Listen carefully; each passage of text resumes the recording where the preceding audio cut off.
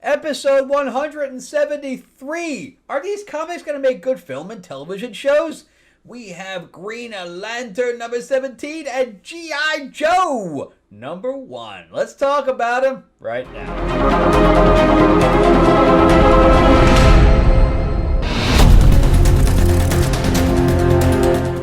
Welcome back to the channel, everyone. Thank you so much for spending time with me as we rant about movies, comic books, and television shows, as well as the occasional board game. I am your host, Frank Zanca. I'm an award-winning screenwriter, novelist, and comic book writer, as well as a filmmaker. And talking about comics, we got our newest issue of Lords of LA, number 2, in the mail recently. So yeah, this is one of the covers, and it is about a woman who is a lounge singer who gets turned by vampires in 1950s Hollywood, and she returns 60 years later to wreak her revenge on them. Nasty stuff, and it takes place in both 1950s and today, and it has Marilyn Monroe in it, as well as others. It's got plenty of vampire on vampire action and were-panthers and all this stuff. Pretty cool. So there's the second issue, and here is the first. They are 48 pages apiece. If you would like one, let me know. I do sign them. We have the guy who created Thrawn, Timothy Zahn. He is writing for Moonstone Books, as well as Kevin J. Anderson, Brandon Easton, Bill Willingham, just a pile of them on a new Green Hornet anthology with cover from Matt Wagner of Grendel fame and Mage, Batman, you name it. So if you'd like a copy, go to the description below and you'll see the link to Kickstarter, and you can jump right in there and get notified about when we launch, probably beginning of the year. So yeah, it will notify you and you'll be one of the first, and you can get all the exclusive content that we're going to have. Plus, if you'd like to buy me a cup of coffee, I actually have a link to the cup of coffee link. That was something new I just started. I want to see how that goes. All right, so let's jump into Green Lantern by my buddy Jeremy Adams. And I have found out that he is writing one of my favorite characters, Aquaman. He is keeping the beard, though, because I see a picture of it, even though I was like, did you make sure you cut the beard off? And he just liked my text. I'm like, that's not good. Get the beard off. Let's get Aquaman back how he was supposed to be. All right, so this continues the whole thing with the United Planets. We have Sinestro, who became a Red Lantern. Tharos, was the head of the United Planets, was killing power batteries and creating this one big power battery that had all of the colors in them. And he took control over the living planet. What's the living planet's name? It'll come to me. But yeah, and now the red. So I think the Mogo, right? Mogo is the living planet, and he's also red, and it's about to crash into another planet. And we have the star Sapphire has returned and is now back with Hal, but they're divided up right now. So we have a whole lot of stuff going on, and all the Green Lanterns are in hiding because they're rebelling. So I'm kind of wondering how, if all the power batteries are destroyed, how the Green Lanterns are still powering up. But I guess we'll find out. But we have this really cool Dark Lantern guy. I kind of like him. Thankfully, we do not see Sorrow in this. Maybe Jeremy will just forget about that character and he'll just go away. Would be nice. But anyway, they said that Kilowog was dead, but he shows up as a Yellow Lantern, and they are questioning, interrogating, and torturing Jessica Cruz here. And I like Jessica Cruz. I really dislike this idea of Jon Stewart's sister becoming a permanent construct. I think that's a really bad idea. It's really kind of stupid. But we have a Dark Star, so that's Tharos there. I guess he was believed to be dead, but he is a Dark Star. He's like, look it, I'm all glowy. I'm a glowy boy. So yes, we have all these. I do like the fact that it's feels very sci-fi, and I think that Green Lantern should feel sci-fi. But we even have Alan Scott here now showing up. I know that Jade is in JSA, so she probably wouldn't be in here if it was anything to do with continuity. But anyway, this Dark Lantern is like, I will take you all on. You're all just little pretty boys. And he is. He's taking them all on. Again, I kind of like that. I don't know if, but anyway, there's the Unseeing guys here. I don't know, they're kind of baddies, but baddies that have blindfolds on, I guess. They can't see. That's why they're called the Unseeing. But yeah, we got some good action in here. Meanwhile, Jon Stewart and Hal are being chased by Mogo. I don't know how you'd be chased by a planet. But anyway, they're like, we're out of here. You guys need to evacuate because that thing's going to destroy the entire planet. And I guess it destroys the other ship.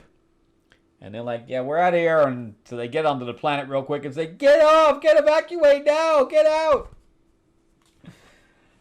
But meanwhile, we got Sinestro shows up, and I kind of like this. Sinestro shows up and like, I'm gonna beat your ass, planet. Why don't you just jump into a brick wall? Pretty much that's what he does. So he like leaves a crater in Mogo. He's like, oh, that's gonna leave a mark. Damn, I have to go back to the plastic surgeon and see if I can get that cleaned up. But anyway, whatever he does to it ends up destroying the connection he has with Theros, so he returns to being a Green Lantern. He catches Sinestro as he's plummeting to the planet. I really would have thought that the Dark Lantern, would have been somebody that we would have known. That would have been kind of cool. But I don't think it is. So we have him connecting to the white energy, which is what Kyle Rayner was. He was like he was the only White Lantern. I guess he kind of powers up. And he's like, oh no, what's going on? We have Kyle Rayner lives for at least one page more. And that's it. That's all we got. So yeah, I like it. It's we have a lot of action going on. I knew Kilowog wasn't dead, but now we have to go back and find out how he lived and how he became a Yellow Lantern. I like Sinestro showing up, but we really don't know what Theros' whole deal is. It's kind of getting very convoluted on the villain side. So I'm hoping we kind of clean that up a little bit in the next issue, since we have all these pieces that are kind of all over the place. All right, so and we'll make a good film and television show. I think it needs to be really concise, but the whole idea of the power batteries being destroyed and the Theros character, even though I think we should change his name because it sounds so much like Thanos, I think all that would really work. And the Dark Lantern, I really like that one. I think that's cool. And especially if Kyle Rayner's the Light Lantern, at least that gives him some purpose. Because normally we don't even see Kyle Rayner anymore, so...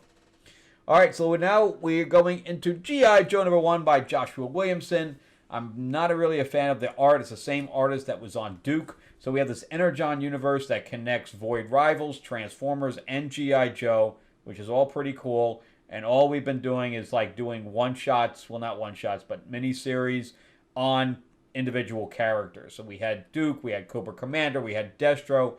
I collected all those, but Kelly Thompson was writing Scarlet. I love Scarlet. In fact, there's the Scarlet right behind me. And you can't see. It's kind of off camera. I don't think you can see it anyway. You just see your gun popping out, even if I move the camera over. But she just did a horrible, horrible job. That's why I was so surprised that she did a good job with... that Wonder Woman is the only one I'm going to continue with Absolute. Every other ones, everybody's like, going off about Batman. I didn't think it was that great. So Wonder Woman's the only one I'll be collecting. Superman, I didn't even bother with it. So it's Aaron. It's, whatever. But I am not a fan of this artwork. This very lazy wash color that they got going on. Come on, man. I don't like it. But anyway, this is all... I mean, that could have been... With the right artists on that, or even the right colorist, I think that would have been better. But look at that lazy wash coloring on it. It's just horrible. But anyway, there you think in the beginning that they are on a mission where there's all these drones. I mean, look at that. You have the one character that is all one color. That is lazy. So they're fighting these drones, and you think they're on a mission, but they're not. And the Baroness is like, the guns aren't working on these drones, so she like hops on one and stabs the hell out of it. She's like, you will die, you will die. Except then her jetpack goes out, and she's like, oh, I'm gonna die, I'm gonna die.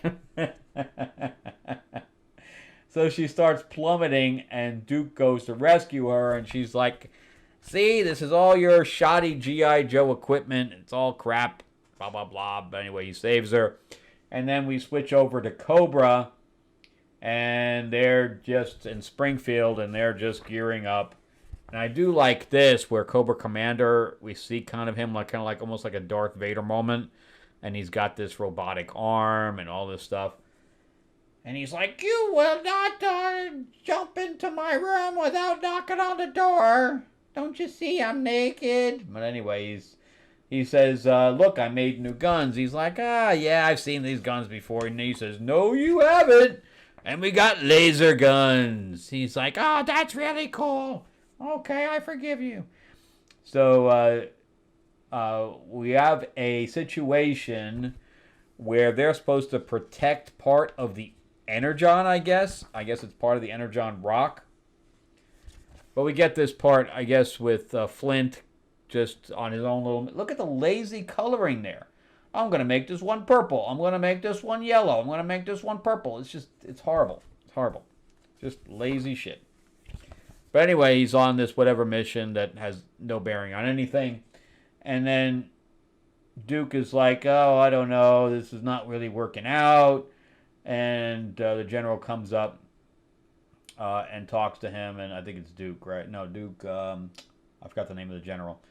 But anyway, he comes up and he says, well, when you get out on a mission, everybody's going to exert their own personality.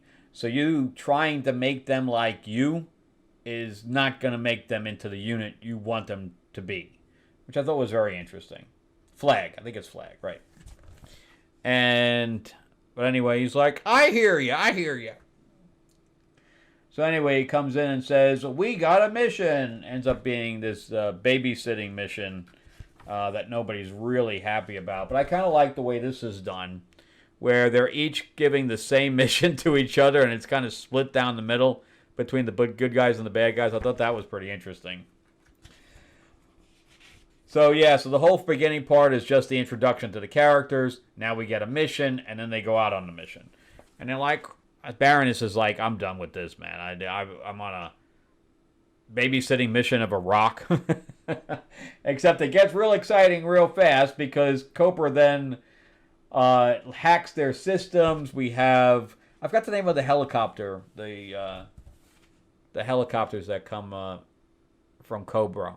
But anyway, they start firing. They jump for cover. And we got coming in. And Duke is like, I'll take care of the air support. You guys get the rock.